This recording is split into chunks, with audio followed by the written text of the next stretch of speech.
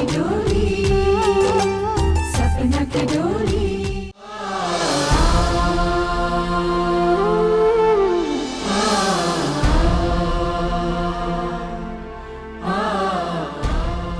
ठीक बा, हम जाते तोहरा खाती, हम जाते।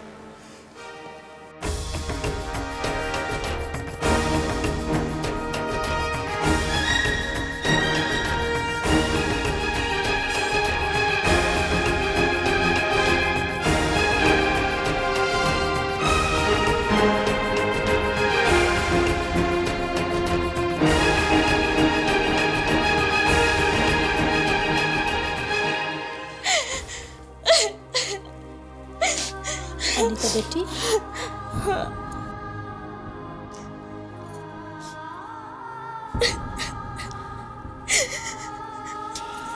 अनीता बेटी, माई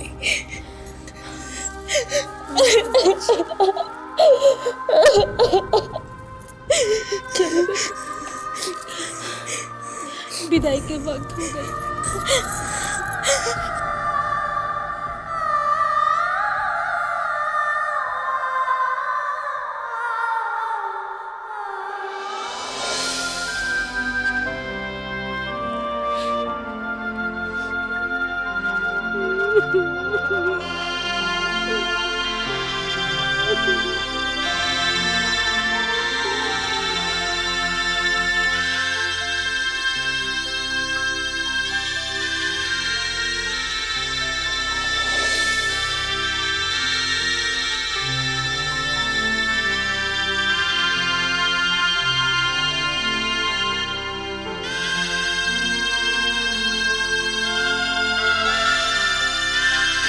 बिल्कुल चिंता न करें।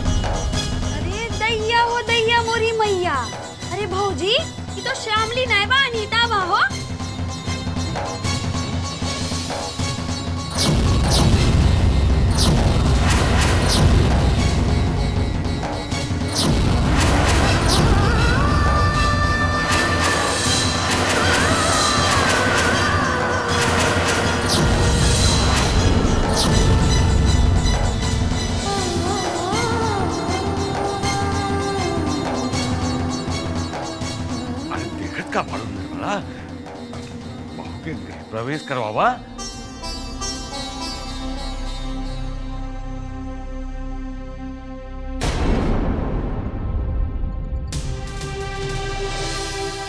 हम रवा से कुछ पूछल चाहता नहीं।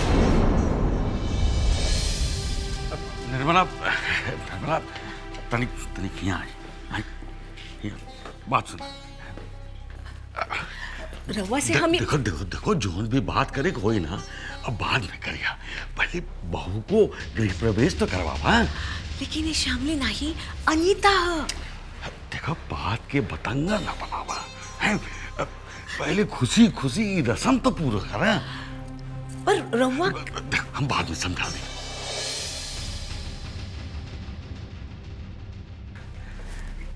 आ निर्मला,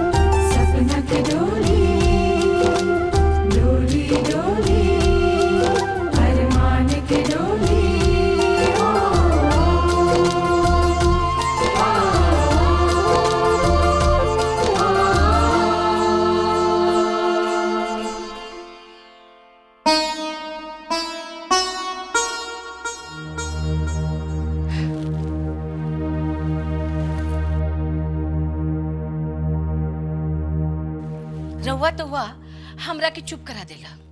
रवा बताई, शामली के बदले अनीता के काहे ले आइल बानी? शादी की बात तो शामली से भई ने ब्याह करवा देला अनीता से।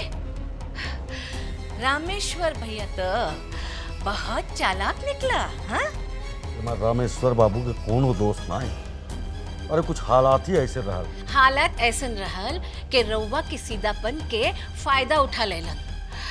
रामेश्वर भाई साहब से हमरा के ई उम्मीद ना रहल। तू जानल चाहत बाड़ो तो सुना, शादी भइला से कुछ देर पहले शामली घर छोड़ के भाग गई।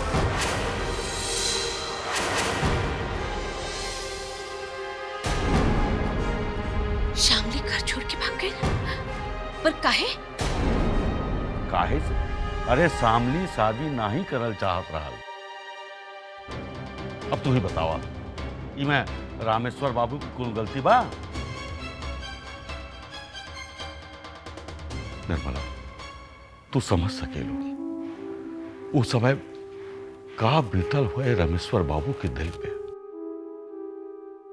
अरे रामेश्वर बाबू की जगह हम रहती या तू रहतू तो का कर तू बोला?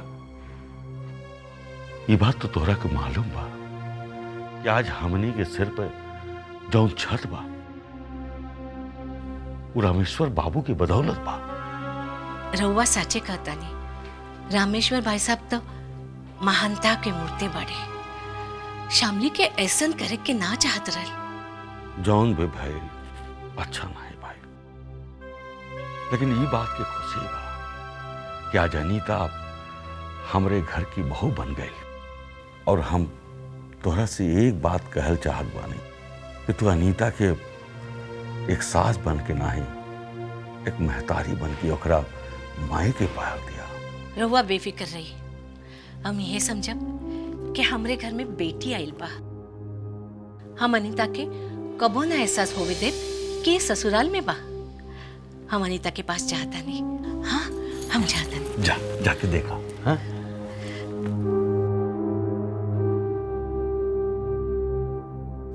अच्छा नाटक कैलू। हाँ, तू सब बाप बेटी घर परिवार मिलके हमार भैया के भोलापन के फायदा उठा ले लेन तोर बाप रामेश्वर बाबू। हाँ, बेशर्मी का कोनो हद होला। तोहर बाप इस सब बड़ा चालाकी से कर गेल, और तू हो कम नाय बाड़ू। बस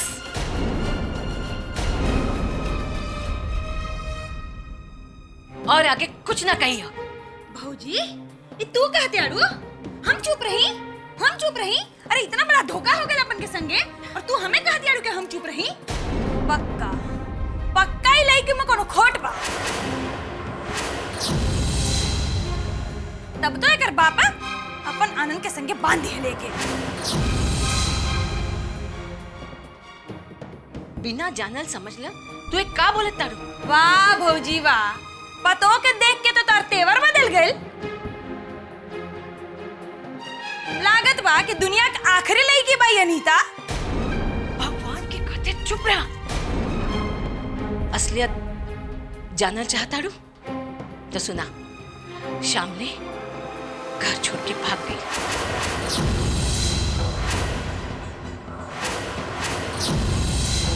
शामली भाग गई? अरे पर हम कहता टी कि शामली भाग गई तो एकरे कौन जरूरत रहले आनंद के बियाह करके लावे के? हाँ?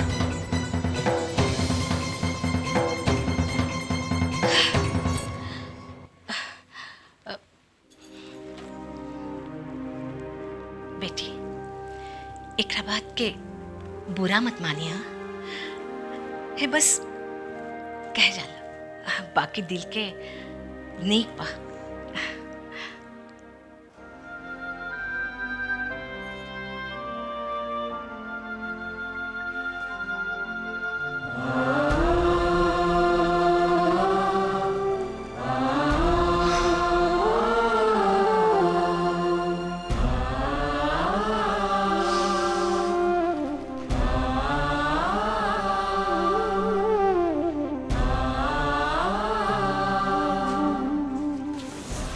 का सोचत बा? श्यामली के लेके हमनी के का खाब सजवले रहली। हमार हर सपना चकनाचूर कर देले। अगर अनीता शादी से इनकार कर दिले होत तो हम तो जीते जी मर जाती। अब तो भगवान से यही विनती बा कि अनीता के ससुराल में हर खुशी मिले। मिली, जरूर मिली। भगवान इतना निर्दयी ना ही पाड़े। बाबूजी, शामली दीदी गैल कहाँ होई? कहूं भी जाए मर जाए, हमरा ओकरा साथ कौनो रिश्ता नहीं बा। सब आज से यही समझ ले कि श्यामली हम सब के बदे मर गई बा, और ओकर अंतिम संस्कार भी आज हो गई बा। आज से हम यही समझब कि हमरे सिर्फ तू ही बेटी बानी।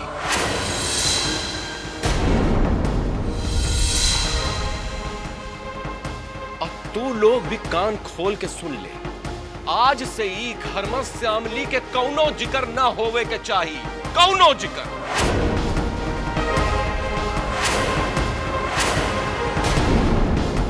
वरना हमार मरल मुंह देखवा।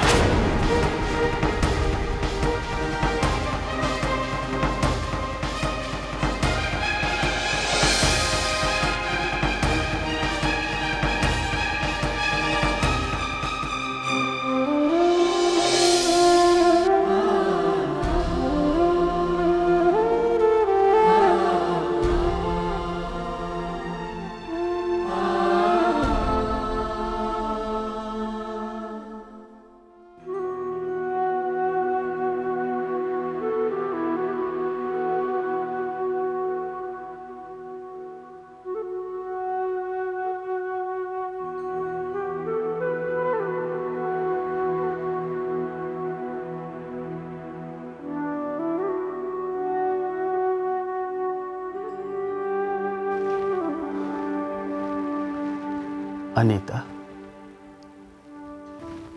हम रउआ से प्यार नहीं करेला। तो ठीक कहत बाड़ू। दुनिया समाज की नजर में हम भले ही पति पत्नी बानी, लेकिन बाबूजी जब अपन पगड़ी उतार कर हमार कदम पे रख देलन,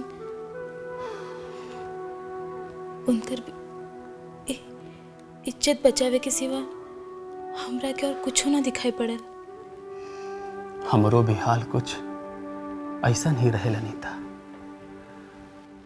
हम दोनों एक ही नाव पर सवार बानी। हमके भी ये रिश्ता के समझे में थोड़ा वक्त लागे। शुक्रिया, बहुत बहुत शुक्रिया। हम मन में कुछ ऐसा नहीं सोचत रहे।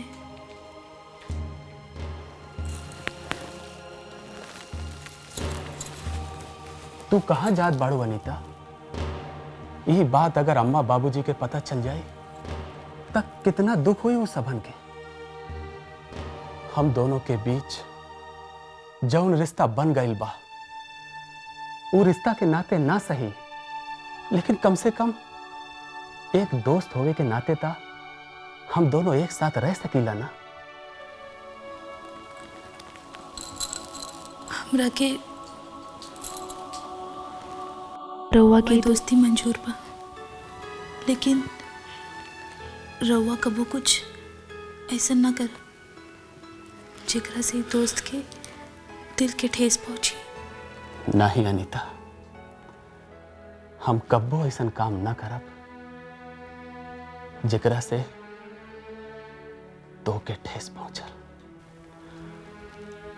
कब्बो ना।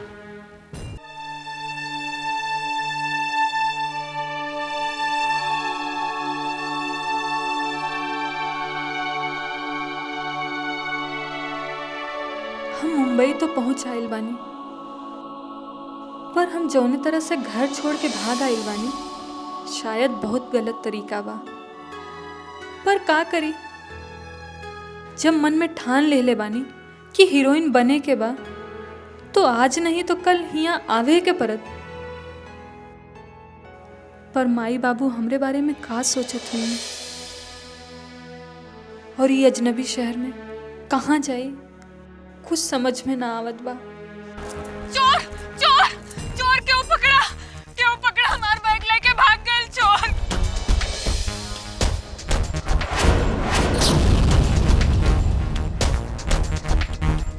का बात भइल? वो चोर हमार बैग लेके भाग गए, उहे में सब पैसा रहल। लागत बा तू इस शहर में नई नई आयल बाड़ू। डोंट वेरी, घबरा नहीं, चला हमरे साथ चला।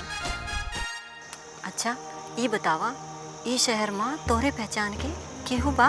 नहीं, हमार केहू ना बा। केहू कैसे ना बा, हम है ना तोहार। चला हमरे साथ रही।